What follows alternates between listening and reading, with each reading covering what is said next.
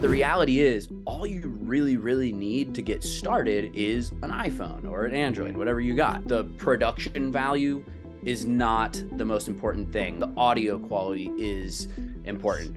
If you have bad audio, people are clicking off your video immediately. If you want your ideal clients coming directly to you for free every single month, then you're gonna wanna make sure to stay tuned for this entire video. I'm bringing on Jake Fletcher from Miami, who has leveraged our YouTube strategies to build a wildly successful YouTube channel where clients are calling him on a daily basis, and he's now built an incredibly successful business by leveraging 3 specific types of videos that we're gonna break down, but also he's gonna dive into the nuances and the unique strategies and mindset that he took in order to build this massively successful business by leveraging video, where he's now ranking at the top of his market in one of the most competitive markets in North America. Now, we're going to be breaking down the exact videos that have led to closed transactions, how he actually records these videos, his entire process start to finish for publishing content, and what you need to do to make sure that you're consistent and that you start to get clients reaching out to you consistently from your videos. Now, 2 quick things before we dive in. Number 1, I will link Jake's content below. He's got an incredible channel that's going to be a great reference for you, especially with one of these video types that you need to make sure that you start to record. And the second thing is I'll link his calendar below in case you want to talk about partnering with him and get both of our help to help you build a massively successful YouTube channel and have clients coming to you on autopilot every single month. So without further ado, let's bring on Jake and talk about YouTube for Realtors and how to build a successful real estate YouTube channel. Welcome back to another incredible episode where today we've got on a very special guest, one that I've been excited to have on for a long time, Jake Fletcher from Miami, who's absolutely crushing it with content, but also we're going to dive into some stuff that most people don't talk about that will make the biggest difference with your success related to social media content, especially video on YouTube. So Jake, what's going on, man? Super excited to have you here.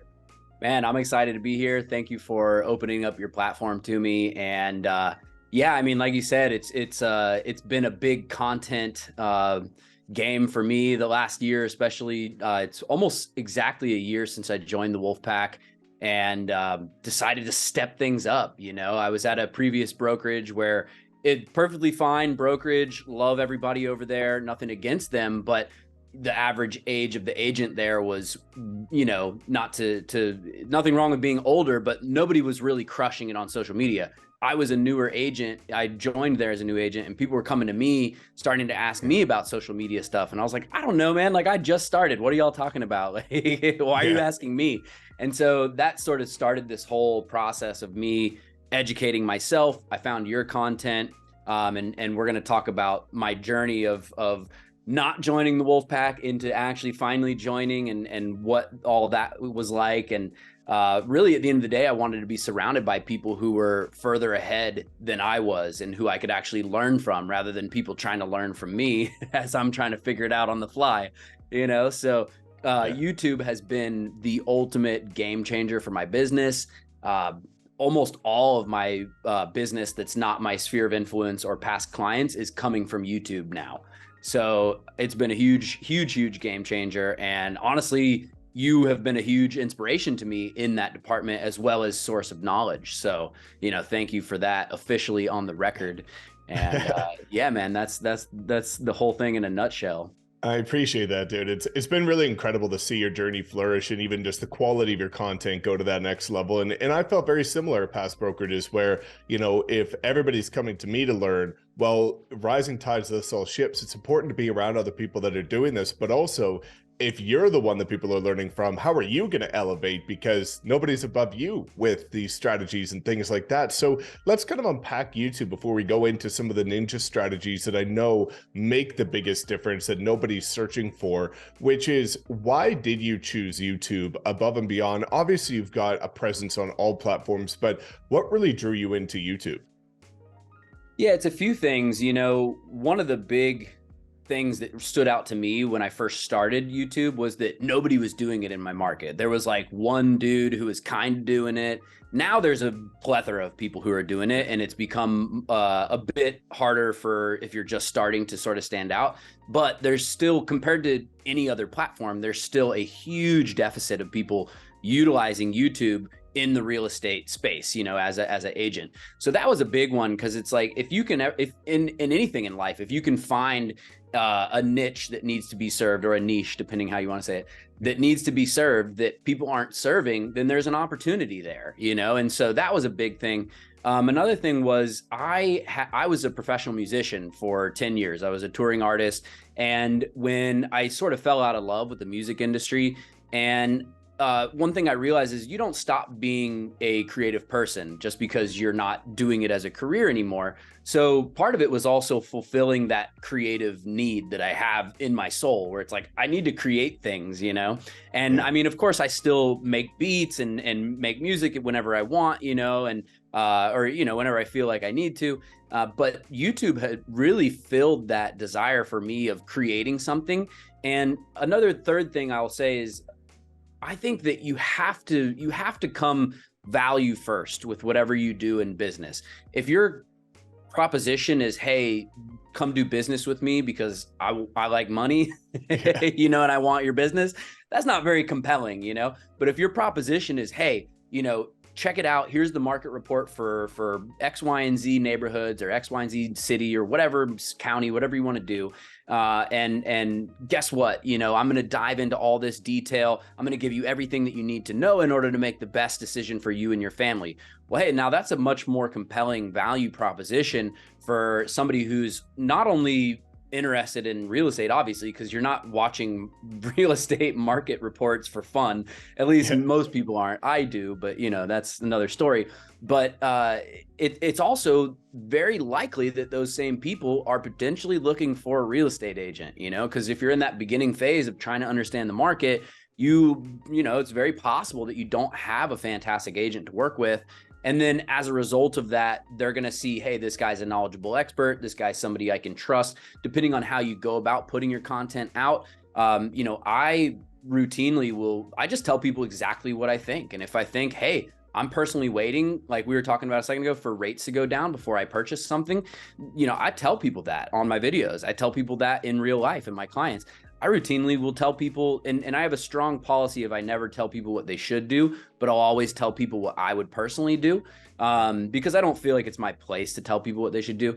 But I'll straight up tell my clients when we're looking at a house, hey, I personally wouldn't buy this house because of X, Y, and Z. And people look at that and they're like, listen, most realtors have what we in the industry call commission breath, you know? And so when you come value first, and you demonstrate to your clients that, hey, I'm not doing this for a paycheck. I'm doing this for our relation. I'm doing this to provide you with value and make sure that you're taken care of, you know, people pick up on that. You know, people are not dumb, you know, and so those I would say are the three big reasons. Yeah, I think it's really important that you talked about, especially that first reason of, you know, the level of competition, because I see this all the time and I get a lot of people saying, well, Mike, I'm thinking about starting a YouTube, but there's like other agents in my market doing it. And it's like, listen, you know, if you take a market like Miami that might have 40,000 agents or whatever it is, there's probably 39,000 of them on Instagram, but maybe like 5 to 10 of them on YouTube. So yes, even though there's people doing it, the chances of them being a different age, race, demographic, personality, style, location, niche is pretty darn high. So chances are somebody's going to relate to you more than other people just based on who you are. There's a wide open opportunity, even if there are people still doing it. So I love that you kind of touched on that and being able to express that creative freedom, because I think, you know, real estate is a very monotonous industry where it's like, okay, prospect, follow up, all this kind of stuff.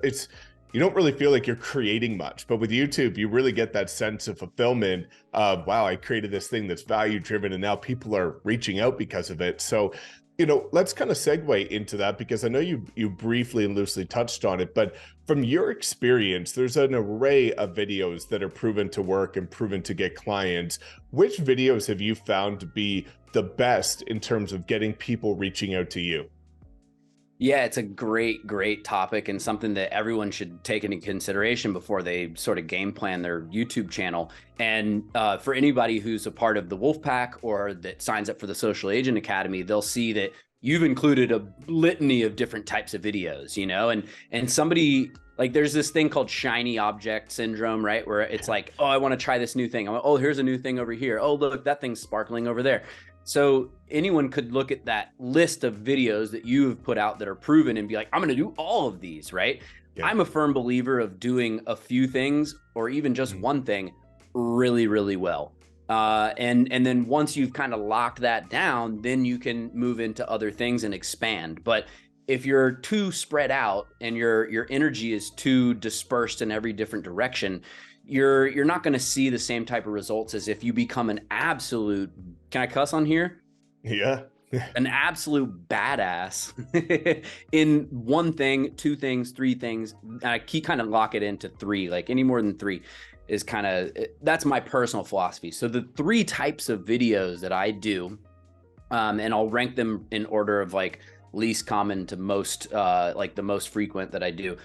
Lifestyle videos, they're the least frequent because they take the most time to create, but they get a lot of people interested in your channel. They get a lot of momentum individually as videos, and they also provide a lot of value for, especially in my market, for people who are looking to potentially move to Miami, because they can get an idea of what is it actually even like to live there, right?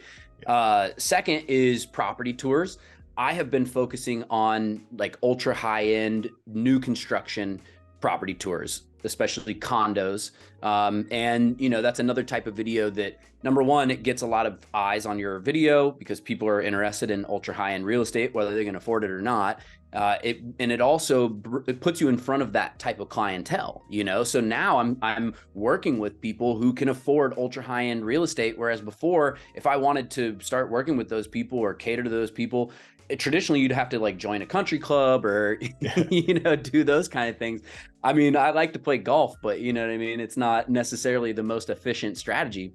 And then the first and most productive, most efficient, and most revenue generating, I guess, for you know, lack of a concise, or for, you know, this first concise term, is market updates. And the reason I do so many market updates is multifold.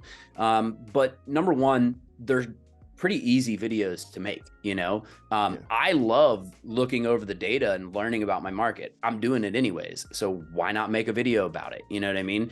And aside from that, like as far as like the research side, they're also easy to make because they're super easy to edit. I edit them myself, you know, and literally I just click the, you know, clip the one end and then clip the other end and then slap my, you know, little name and number thing at the beginning and the end. I literally copy and paste the name, number, and, you know, that information with the little clicky sounds, copy and paste it on the end, you know, after I do it for the beginning. And that's the whole video. Like I edit a market update video in like 10 minutes, you know. And then another reason that I really love doing the market update videos is it really positions you as an expert in your market, because as I've poured into the data, I am an expert on the market. I put my market knowledge up against any realtor in, and we actually, I think last I heard, we have 55,000 realtors in our MLS. I think it's the biggest one in the country. And I'll put my knowledge of the market up against all 55,000 or 54,999 of them, right? I will literally go toe to toe with any of them. And it has actually helped me out in a lot of deals where agents have been like, oh, you know, like say I'm representing a buyer, and they're like, oh, you know, like condo prices are going up, you know? And I'm like, actually, you know, for instance, you know, this was a real situation that happened a while back. Condo prices are going up now, but there was a time when they were just sort of sinking a little bit. And I was like, actually, condo prices are down 3.4% month over month. And they were like, what? You know? And my buyer's standing there like, yeah, you know? And so it definitely positions you as an expert, but also you do become an expert the more you learn about your market, which is not just a value to, you know, you in attracting clients or to your clients because they're working with an expert, but it's also a value in terms of negotiating and actually getting the deal done, you know? So, you know, that's another thing. Another reason I like to do the market updates is, and this is something I found out after the fact, which I was like, oh, that's kind of cool, is I noticed that the type of client that I attract now are very educated clients.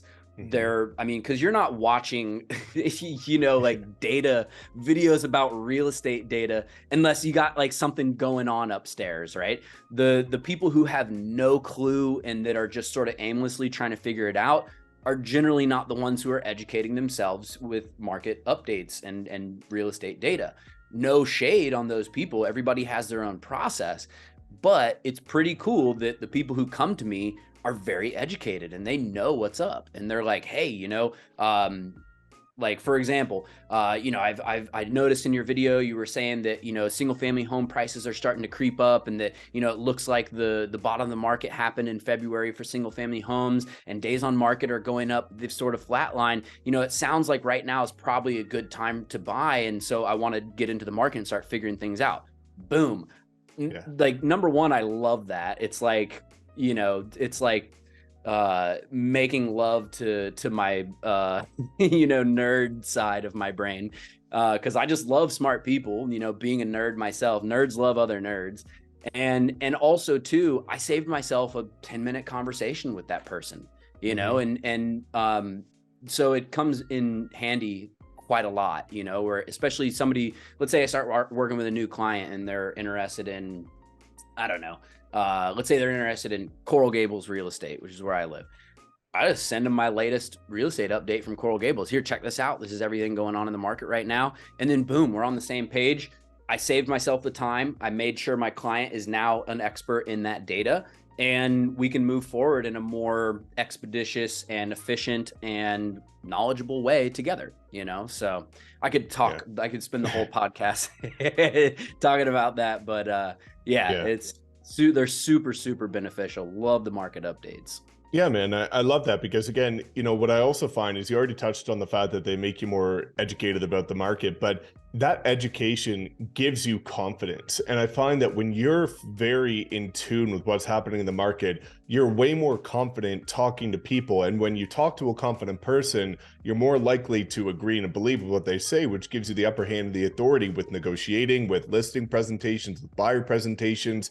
And that confidence goes miles when you're actually going up against other agents that are just blanket stating, how the market's doing. But when you can come in with facts and data that can be cross-referenced and is, a level deeper than the other agents, it makes a world of a difference for those conversations. And I think one of the things that I love about what you've done, breaking down those 3 types of videos, is that you understand, which most people don't, that not every video needs to be tailored toward getting clients. So you kind of have like the top, middle, bottom of funnel, which is top of funnel is going to be the property, tours. Okay, everybody's looking at it just because it's pretty, it's shiny, it's beautiful. Middle of funnel, the lifestyle videos. So now, okay, people are looking a little deeper and now they're okay. They want to get an idea of the market. And then you got the market reports. So it's like, okay, here's the facts, here's the data, you want to reach out, let's go.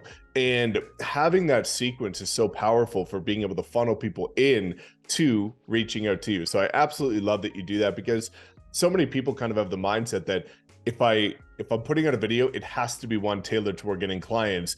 But there's also a lot of weight toward putting out content that's just for brand awareness, like the property. You might not get the clients, but now they're aware of Jake. And now that they're aware of Jake, let's go down the rabbit hole of his other content and now reach out. So I think that's, a completely genius strategy that you've been focusing on that. Now, before we dive in a little bit deeper, let's kind of unpack your content creation process. Everybody's always curious of like, okay, finding ideas, recording the content, editing the content, thumbnails, publish, optimize. Like, what does that process look like for you? Are you batching content or, kind of on a monthly basis? What does that look like? Yeah. It's, first of all, it's an ever evolving process, because nothing in life is static, right? If anything's static, then it's not growing. And if you're not growing, then you're probably declining, right? So my process is I'm always trying to tweak things and figure out better ways to do stuff. And it looks a little bit different for each of those types of videos. Like for the market updates, I literally, every day since I started real estate, I usually will sit down with a cup of coffee. Sometimes it's after my cup of coffee, but whatever. I sit down for at least 15 minutes and I look at the stats. I look at my hot sheets. I look at what's going on in the market. Where is the story, right? Because at the end of the day, I can bring you all the most boring data in the world, but if I don't try to put some type of interesting twist on it, the video is going to fall on deaf ears. And at the end of the day, it's not like I'm saying, hey, go create a bunch of clickbait, but you want people to watch the video at the same time. So you got to figure out where the story is, right? Which any creative person or storyteller of any type can tell you that, right? It's not a secret. People love stories. That's why, Netflix and all these things exist. For the property tour videos, Miami is like every day there's a new development that's being announced. So I really just look for the ones that seems like that there could be a story there, something that interests people, something unique about the property, or just the ones that I'm personally interested in that I think look great, or that has an architect that is one of my favorite architects, or a development group that's one of the best development groups, or things like that. So that process of sort of finding that content is a little easier because it's literally, we're flooded with new developments. So it's just kind of like picking one out of the billion. And then as far as the lifestyle videos, I mean, shameless plug to the Social Agent Academy, like I have my notes for the Social Agent Academy, and I go in there. I could go into the academy, but I have my little notes, and I go in and I'm like, all right, like I have my board of the ones that I'm going to be doing coming up. Top 5 things to do in Miami in 2023. What's the cost of living in Miami? Moving to Miami, 5 things you need to know. Top 5 events in Miami that you need to go to. And I could go on. I mean, there's a list there. And not all these are exactly ones that are in the Social Agent Academy, but most of them are. And then as you sort of get into the groove of doing it, you start to get ideas of like, oh, I think, this gives me an idea to slightly tweak it a little bit. Like, what are the top 5 events, that kind of stuff. So that is more of an organic process of, again, finding the story, what's going to be interesting to people. What am I personally interested in? Because if I'm not interested in it, then how am I supposed to sell it in a sense? And then, figuring out how I want the video to go, right? So like, for example, if it's the top 5 events, to just use that idea again, I'm going to go and I'm going to research what are all the events that are happening. And then what do I think are the best events? What do I think are the events that are going to appeal to my audience? And then, how am I going to present them? Right. As far as going back to your question about actually creating the content and what's the process look like, I have spent more money on my studio than almost any realtor should.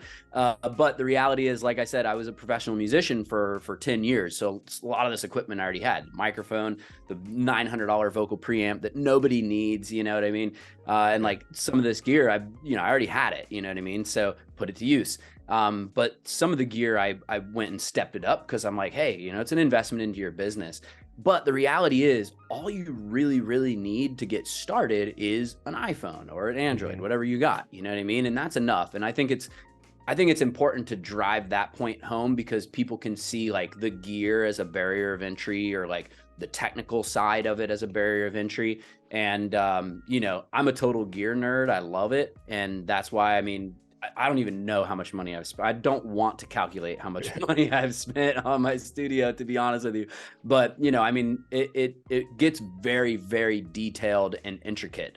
But like I said, it's important to note that all you really need to get started is that iPhone, right? And then if you want to start doing market reports, the way I started with market reports, like when I first started my YouTube channel, way before I joined the Wolfpack, I literally had a whiteboard. And I went and I would write the stats on the whiteboard before I'd started the video. It looked like shit, and like sometimes I used like a color marker that didn't show up that great on the film and things like that. And I had to try to like fix it, but the reality is, all I was using was my phone, and I had a little tripod. So, okay, phone and a tripod. What's a tripod? Cost you $20, go do it, get the tripod. But that's all you really need to get started, no matter what type of video that you're wanting to shoot. There's a member of the Wolfpack who shout out Brandon Mayfield. He comes with me to a lot of the property tours. And that's how he shoots his property tour videos, is just on his phone. Now, recently he's gotten a professional videographer guy to come with him and stuff. And that's the way that I, have started doing it as well. But for a long time, I would just go and show up with my tripod and my phone and my mic that had a cable connecting to my phone. And, actually, in all honesty, I used the DJI Osmo Pocket for the filming. Cause it's a great, I already had it too again. And so, you know, for a long time, I was just doing it solo bolo, and those videos came out great. I mean, a lot of those videos that I shot with that are some of my highest viewed videos. So it really goes to show that the production value is not the most important thing. What the most important thing is, and actually asterisk on that, the audio quality is important. If you have bad audio, people are clicking off your video immediately.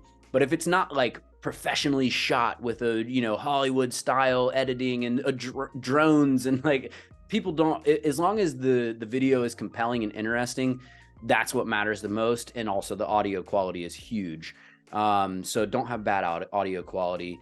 And then, you know, as far as like the market updates, the process that I actually do, I have a Roland streaming mixer. It's the Roland VR1 HD for anyone who's curious. It's about $1,000 piece of gear, but that's why my video looks so crisp right now on the screen.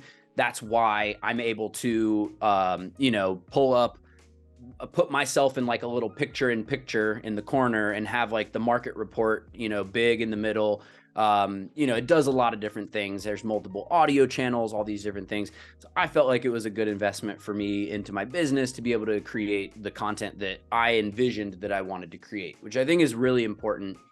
Don't just buy what somebody else has because that's what they use. Figure out what you want to do first, and then figure out how you want to do it, you know? And I think that's the most important point that I could make, is because then if you do it that way, you know, it's going to be sustainable versus just doing what somebody else is doing, or what somebody else says you should do. If that doesn't really click with you, it's not going to be sustainable at the end of the day. So figure out how to sustainably create content for yourself, incrementally step it up as you see fit. Don't overthink it. Just do it, you know, just make a plan and execute, you know? Definitely. Yeah, man. And I think that goes perfect segue into, you know, what I think is really important that you and I both align with, which is it kind of is encompassing around best practices and most common mistakes, but you know, the mindset that you actually need to thrive on something like video, right? I see a lot of agents that are saying, well, I'm going to get started on YouTube. I'll watch a video with Jake. I'm super excited. Okay, let's go. But then they're comparing their chapter 1 with our chapter 20. And they're like, well, my videos don't look like Mike's or Jake's. And now I'm not going to do it. And, you know, that comparison really holds people back from even getting started. Whereas, as you alluded to, if you look at both of our first videos, they were trash. Well, if those trash videos didn't exist, the high quality ones you see now never would have been a thing, right? It's that evolution, it's that journey. So do you want to kind of talk about some of the perspectives that you have with thriving with content, and the right mindset that you need to be able to flourish with things like video and YouTube? Done is better than perfect. That's one of the best quotes that anyone could internalize, because analysis paralysis will absolutely kill your plans before you even, or kill your goals before you even start working on them, right? So many people will spend years researching and then never actually get into action. You know what I mean? And so at a certain point, I like to say, at a certain point, you got to close the book and you got to get up and do it, you know? And that's really an important thing for people to realize, because you might not feel like you're ready, but nobody who ever started was ready. They just started, you know, and then they figured it out, right? And that's true in so many aspects of life. A good piece of advice that I heard one time, and I don't struggle with being like in front of the camera. Like I'm a ham. Like I have, you know, rocked stages of tens of thousands of people. I love it. You give me a mic, I'm gonna crush that shit. But a lot of people, that's a difficult thing. So I think an important thing to interject here for anybody who's watching, who feels like, I don't know, man, like, you know, cool, maybe I don't need the best gear, but just hitting record, I feel like, right? One of the best piece of advice I've heard for that from somebody was, record a video on your phone every day for 30 days.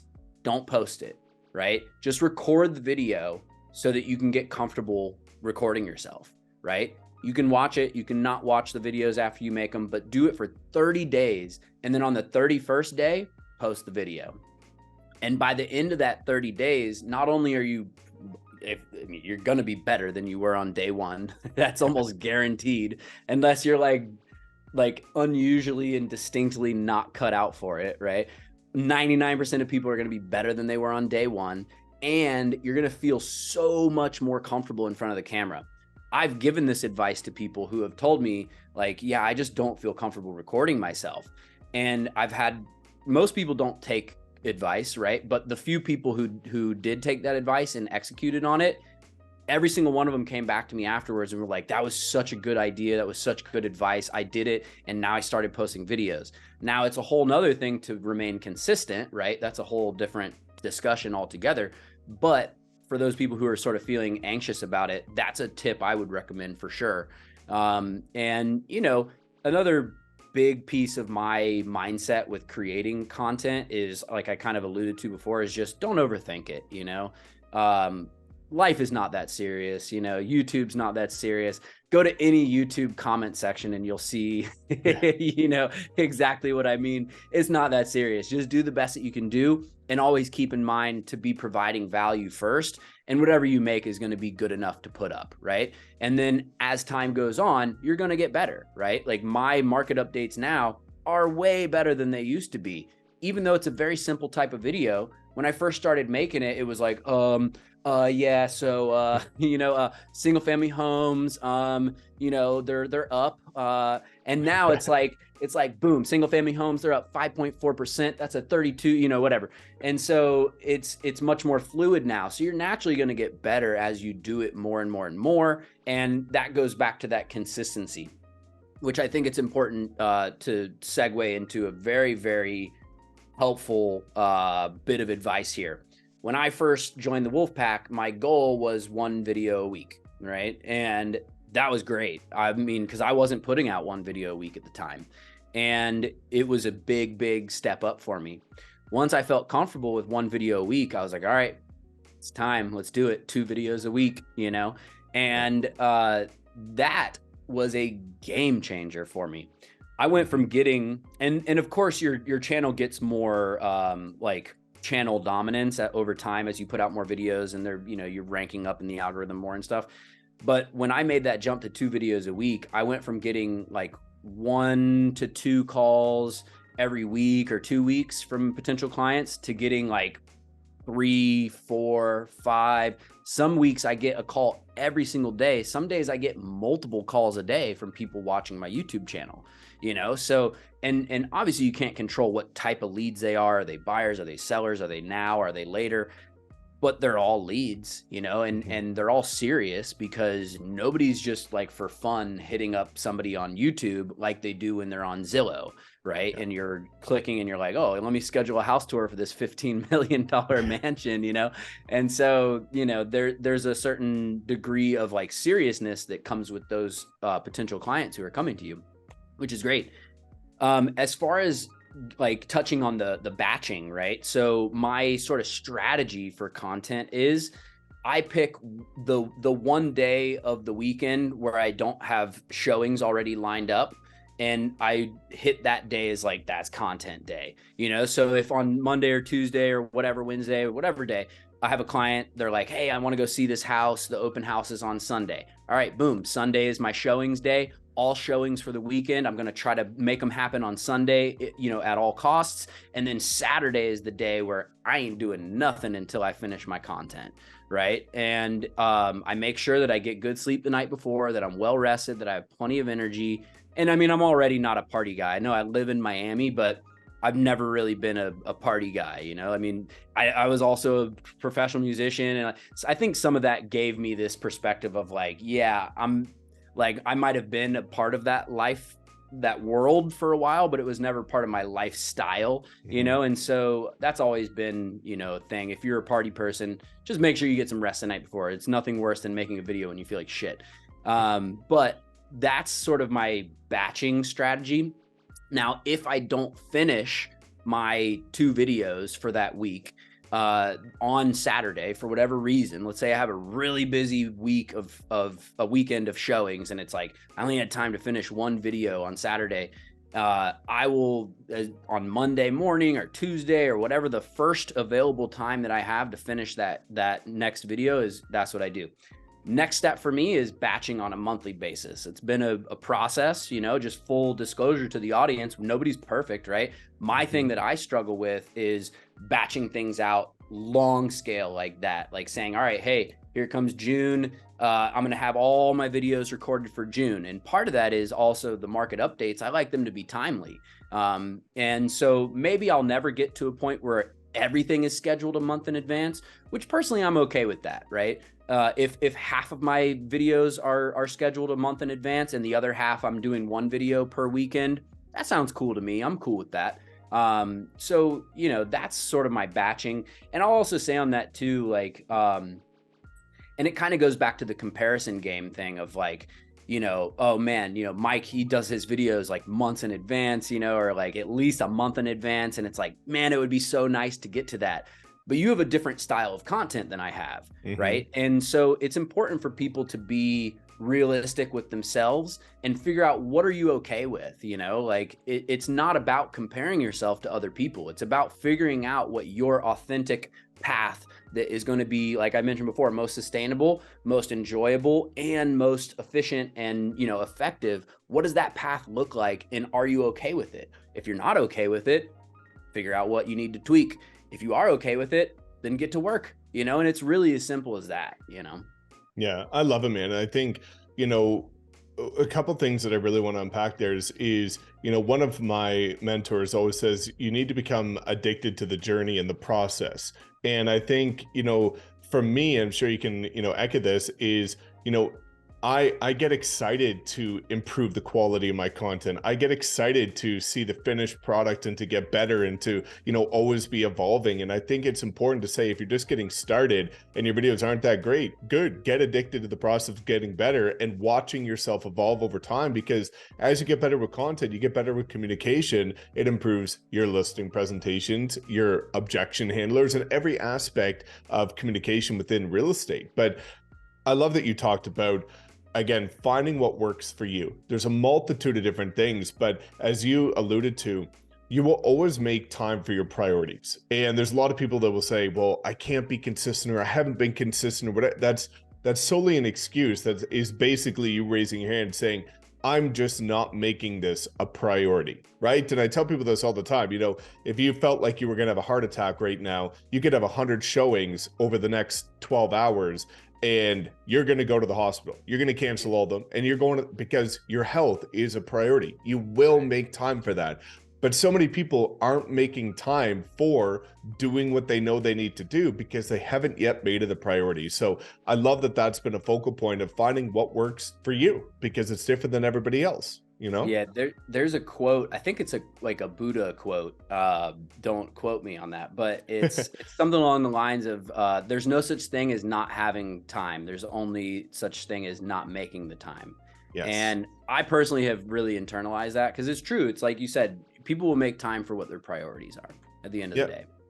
100%, man. So, you know, as we pull this full circle, you know, I'd love to talk about what it was like for you to come over to this ecosystem, because I know that you and I have known each other for quite some time. We've had conversations, and, you know, you ended up becoming partners with us, but that was a bit of a journey and a bit of a process for you to figure out what that timing was like. And I think there's a lot of other people that are in the same boat, that are looking at new opportunities, but maybe dragging their feet and, you know, a little bit hesitant to make change. So, you know, what was it like for you to make a decision to come over to not just EXP, but our group? And now what can people expect when partnering with both you and myself?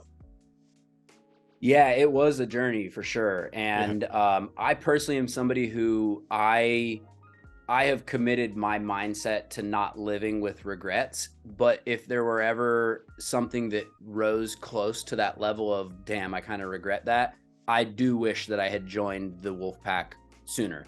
It's a part of my journey. It's a part of my story. I'm okay with it. I'm at peace with it. And it probably is for a reason.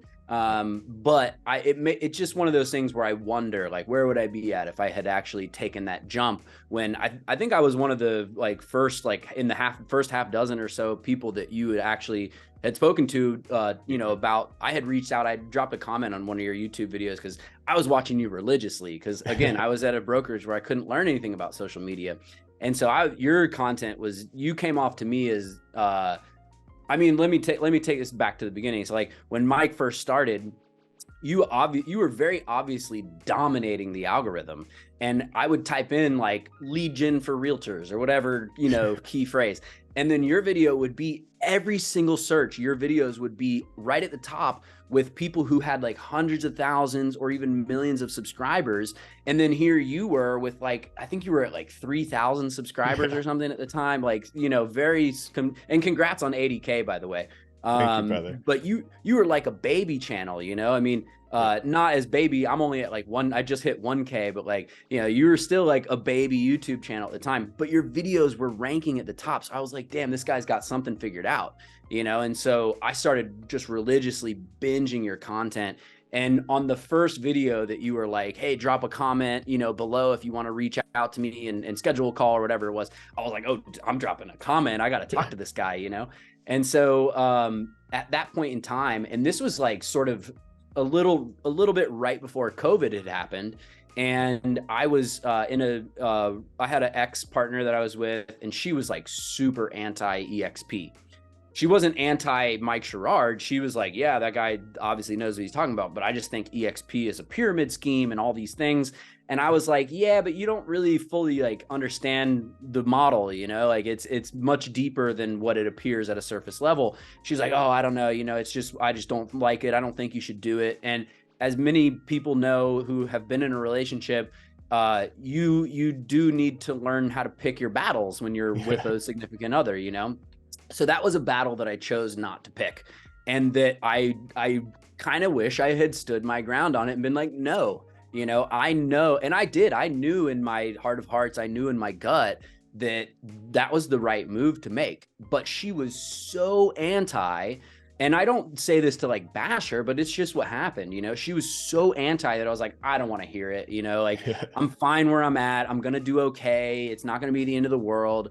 And that's something I will say too. I have a saying that I always say, that's my gut doesn't always talk to me, but when it does, I listen.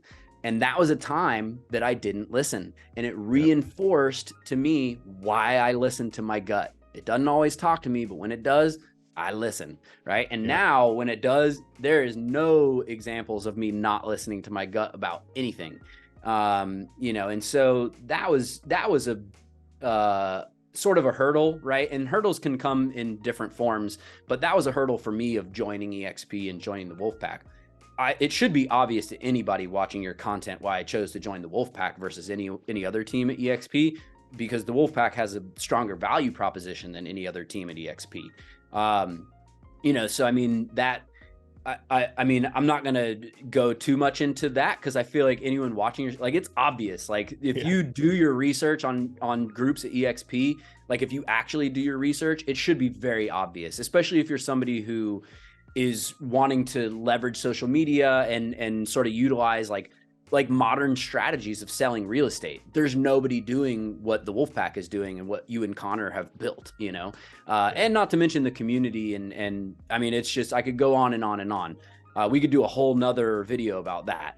But the reality for me was, at the end of the day, like I had mentioned before, I wanted to be around people who are further ahead than I was, right? I didn't want to be I didn't want everyone around me to be like coming to me for advice about social media. Yeah. Like, what's the point of that, right? And on a side note to that too, like being around people who are further ahead than you are can play into that sort of comparison game thing. Because there's been times when I've found like, oh man, like this person like in the Wolfpack is like, they're doing this so well, and like I'm so far behind, or they have so many more, agents under them, or whatever it is.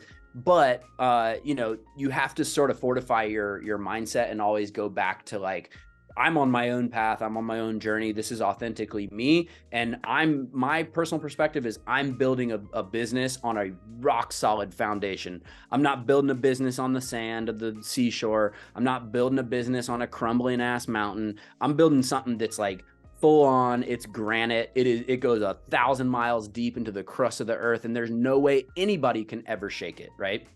So side note aside, the big reasons, again, wanting to be around people who are further ahead. The next thing was I wanted to learn from people who were doing something much bigger than I was and that were actually putting it into action. Not just people who technically knew the right things to say, but people who are actually doing it, right? Yeah. And what I didn't realize at the time was not only are you and Connor actually doing it, but a vast majority of the Wolfpack are actually doing it, and what's cool is like, you have people who have their own little niches, right? I don't know, Larissa Nern, she's like the Canva queen, right? I binge her videos. I learned so much from her. So there's people within the Wolfpack who aren't necessarily, they're not you and Connor. Obviously there's only two, there's only you and there's you guys are the only two like leaders of the group, but like there's so many people within the group that you start to realize like, oh man, they have their niche over here. Like, let me check that out. Let me learn from them. And now like I actually genuinely watch videos of people in the Wolfpack to learn things from them and see how they're doing things and pick up things like the Batista twins. They have like a super cool spin on like all kinds of stuff that they do. So that was a cool little surprise once I actually joined the Wolfpack. And then, as far as the rest of the reasons that I'll say, like briefly about the Wolfpack is, like the education aspect of it, I felt like was very compelling to me. The fact that there actually was educational material. There's, now we have the Wolfpack Hub. And that's like even better than it was, so it's like even more reason for people to join.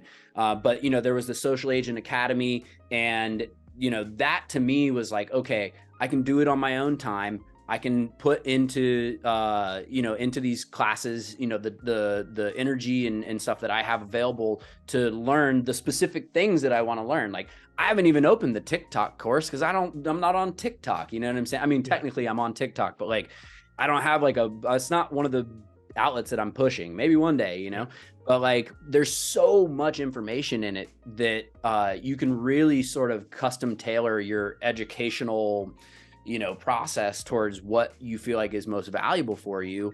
And, another thing too, I'll say about it is it's way deeper than I thought it was going to be. Like most times that I've joined other like courses and things like that from people. And usually it's like, maybe 20 hours or something like that, on a good course. And I don't even know how many hours the Wolfpack Hub and the Social Agent Academy, because I haven't even gotten close to the end. It's so huge. It's literally like getting a university education in social media for realtors, like literally. And it's top notch. It's not what's that? It's not DeVry University. It's like, this is like MIT, for real estate, social media. As far as EXP, the model just made so much sense to me. I knew from that first conversation that we had before we even spoke, I had done my research on EXP, and I was like, they have a compelling point about the whole brick and mortar thing and the way the business is structured. And I mean, honestly, it's not like technology is going away, and this was before like the whole work from home thing. And now that's gotten even bigger, where it's like, who even goes into why are you in the office other than to like print some shit out, right? But the model just made so much sense to me in terms of that. And then also, the prospect of building a downline. Like, I'm not going to sugarcoat it. Like, who doesn't love passive income, right?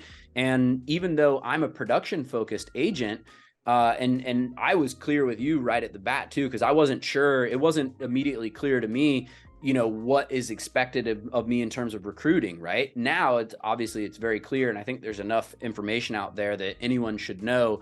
you're not going to come into EXP and they're going to be like, you need to recruit like 50 agents a week or whatever. Like, it's not like that. You don't have, people don't have anyone in their downline, you know, and nobody's like pressuring them to enforcing them. But if you want to provide the same value you're getting from EXP and give other people a platform, you know, to do that for themselves, then all the resources are there, all the tools are there. And in the Wolfpack, I mean, it's more than there. It's like very prominent that it's like, and again, you guys don't push it, which I respect a lot, you know, because you guys really, you do a good line of sort of a good job of treading this line of like, encouraging the fuck out of people, but not making people feel like they're forced to do something, right? And you and Connor are two of the most inspirational people I've ever known or met or watched your videos, etc. And the weekly calls, you know, the mastermind calls and stuff, I mean, the inspiration alone is incredible, let alone the actual tangible, actionable value that you guys provide, you know? So, I mean, it's just mega huge. But yeah, it's going back to EXP. You know, I don't personally do the stock thing, but I think that's a cool option. Personally, for me, it's like, if I'm going to invest in a stock, I'll just invest in the stock. Like the 10% discount is dope. And for sure, once I hit Icon, I'm going to love getting that stock. It's going to be fantastic.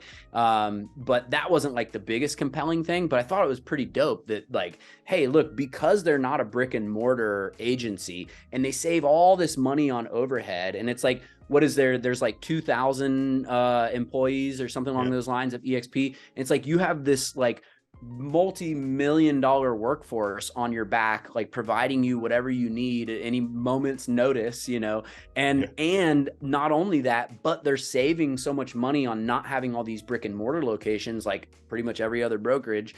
They're actually able to pour so much more into their agents.